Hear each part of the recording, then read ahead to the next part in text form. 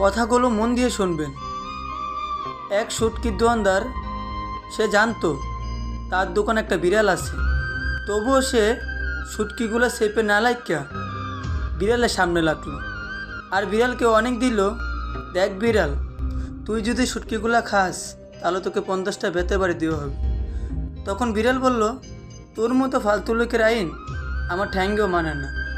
আমার প্রিয় জিনিস আমার সামনে লাগবি, আবার আমাকে ওয়ার্নিংও দিবি। তুই তো আসলে একটা বলদ। শুটকিগুলো ডাইকা লাইকা যদি চেপে লাগতি তাহলে তোর আইনটা মানা যেত। ঠিক তেমনি আমাদের সমাজে কিছু মানুষ আছে, তারা জানে সমাজে পুরুষ আছে, তবুও তারা তাদের মেয়েদের পর্দা না লাইকা ছেলেদের সামনে বেপর্দা চলাফেরা করে, আর ছেলেদের অনেক দেয় ইফতিজিন করলে 6 মাস 1 বছরের জেল হবে। তাই যারা এই ধরনের আইন দেয় তাদের উদ্দেশ্য বলতে আছি, হয়তো তোমরা